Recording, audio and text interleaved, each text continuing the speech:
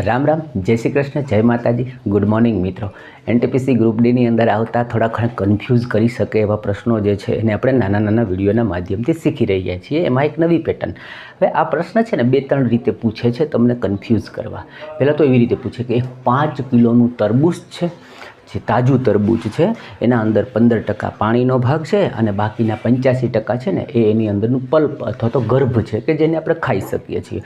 પછી એમ કે 3 દિવસ પછી એ તરબૂચ સુકાઈ ગયું અને 3 કિલોનું થઈ ગયું, તો હવે એના અંદર કેટલા ટકા પાણી હોય ને કેટલા ટકા એનો પલ્પ કે ગર્ભ હોય. ઓકે, એક તો આ રીતે પૂછે છે. એને મિશ્રણમાં લઈ જઈને ફેરવે તો પેલું મિશ્રણ થયું ને, પાણી અને ગર્ભનું મિશ્રણ. એવી જ રીતે આ પ્રશ્ન જે છે એ પણ એક મિશ્રણનો જ છે, એને આપણે સમજીએ. આમાં શું કહે છે કે ભાઈ એક 20 લીટરનું મિશ્રણ છે, રકમ વાંચીએ એટલે તમને વધારે ક્લિયર થશે મિત્રો. શું કહે છે, 20 લીટરના મિશ્રણમાં જે દૂધ વત્તા પાણીનું છે, જેમાં 15% પાણી છે. હવે એમાં હું 5 લીટર પાણી ઉમેરું છું તો નવા મિશ્રણની અંદર દૂધની ટકાવારી કેટલી. એવી જ રીતે ઓલામાં કીધું ને કે ભાઈ તાજું જે તરબૂચ લાવ્યા હતા, 3 દી પછી જે સુકાઈ ગયું તો એ અત્યારનું તરબૂચ અને પેલું તરબૂચ બેયમાં ડિફરન્સ આવી ગયો. એવી જ રીતે કે આ મિશ્રણની અંદર દૂધ પાણી છે, એના અંદર હું હવે પાણીનો ઉમેરો કર્યો તો હવે જે કંઈ ચેન્જીસ છે એમાં દૂધની ટકાવારી કેટલી.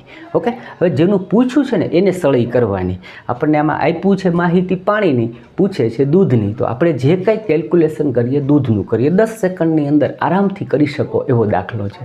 જોઈએ મિત્રો, મેં લખ્યું છે જૂનું મિશ્રણ અને નવું મિશ્રણ. વાત દૂધની છે એટલે જે કાંઈ લખીશું એ દૂધ માટે લખીશું. પહેલાં 20 લીટરનું છે એટલે આપણે લખ્યું 20 લીટરનું મિશ્રણ છે. બીજામાં 5 લીટર પાણી નાખ્યું તો નવું કેટલાનું બન્યું? 25 લીટરનું બન્યું. આમાં કાંઈ સમજવા જેવું અઘરું નથી, બધાને સમજાઈ ગયું. 20 લીટર ને 25 લીટરનું થઈ ગયું. હવે પહેલાં 20 લીટરનું હતું ને એના અંદર 15% પાણી છે. 15% પાણી હોય એનો મતલબ બાકીનું દૂધ છે જે 85% હશે.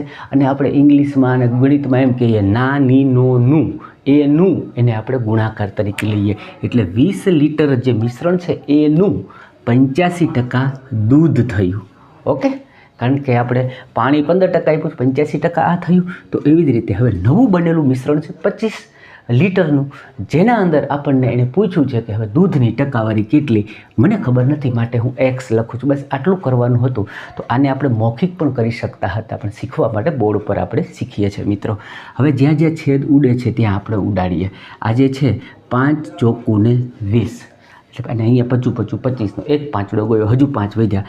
હજી 5થી આપણે ઉડાડીએ તો 17 5 85. ઓકે, એટલે અહીંયા બંને બાજુ છેદ ઉડી ગયા, માત્ર x વધ્યો. અહીંયા 17 ચોકુ ને 68 વધ્યા. તો આ 68% જે છે આપણે સંપૂર્ણ કેલ્ક્યુલેશન દૂધ માટે કરેલું હતું. એટલે નવા મિશ્રણની અંદર દૂધની ટકાવારી છે 68%, 68% જેટલી થઈ. એકદમ સરસ રીતે નાના બાળકને સમજાવું એવી રીતે મેં તમને આ કોન્સેપ્ટ આખો આપ્યો છે. આવડી જ ગયો હશે, 100% વિશ્વાસ છે. આ પૂછે કે પેલું તરબૂચવાળું પૂછે, મિત્રો કરીને આવજો, મારીને તમારી ઇજ્જત રાખજો.